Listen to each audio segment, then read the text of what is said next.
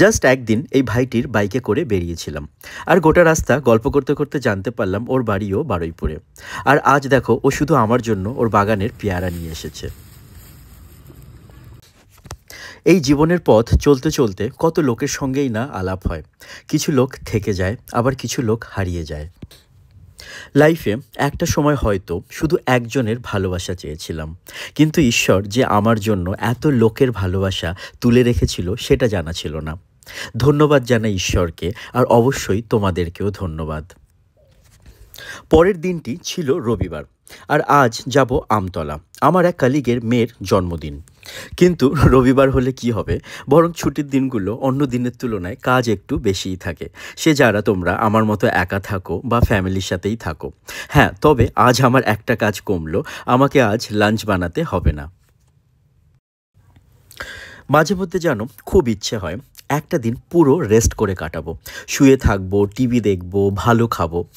কিন্তু ওই ইচ্ছেটা ইচ্ছেই থেকে যায়। বরং সব কাজ শেষ করে লাঞ্চ করার সময় ঘড়িতে দেখি 4টে বেজে যাচ্ছে। তোমরা সবাই আমার পোস্টে খুব ভালো কমেন্ট করো, এবং যেই কমেন্টগুলো আমাকে খুব মোটিভেট বা ইন্সপায়ারও করে। কিন্তু এক দুটো কমেন্টে আমি দেখি যে তারা লেখেন এ এমন কি কাজ করে যে একে নিয়ে এত মাতামাতি হয়, সব কাজগুলো তো খুবই বেসিক। আচ্ছা, তাদের আমি বলি যে আমি কখন বললাম যে আমি রকেট বানাই?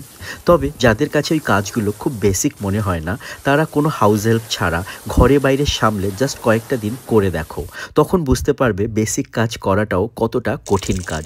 সেটা যারা করে তারাই বোঝে। গল্পে গল্পে রেডি হয়ে গেলাম, এবার যেতে হবে সেই আমতলা।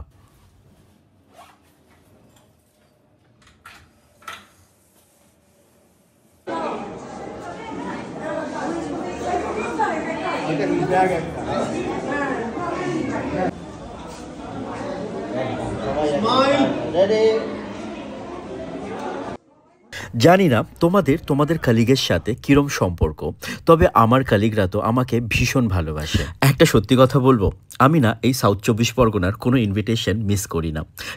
কারণ হচ্ছে খুব ভালো ভালো মাছ খেতে পাওয়া যায়, যেটা আমাদের উত্তরবঙ্গে খুব একটা পাওয়া যায় না। আমি কাকদ্বীপে আমার এক বন্ধুর বিয়েতে গেছিলাম, সব মিলিয়ে প্রায় 10 প্রকারের মাছ ছিল, আর সব শেষে এই হজমোলা ভাগ করে খাওয়ার মজাই আলাদা। জানি আজকের ভিডিওটা একটু আলাদা, তবে তোমাদের কেমন লাগলো আমাকে কমেন্টে জানিও।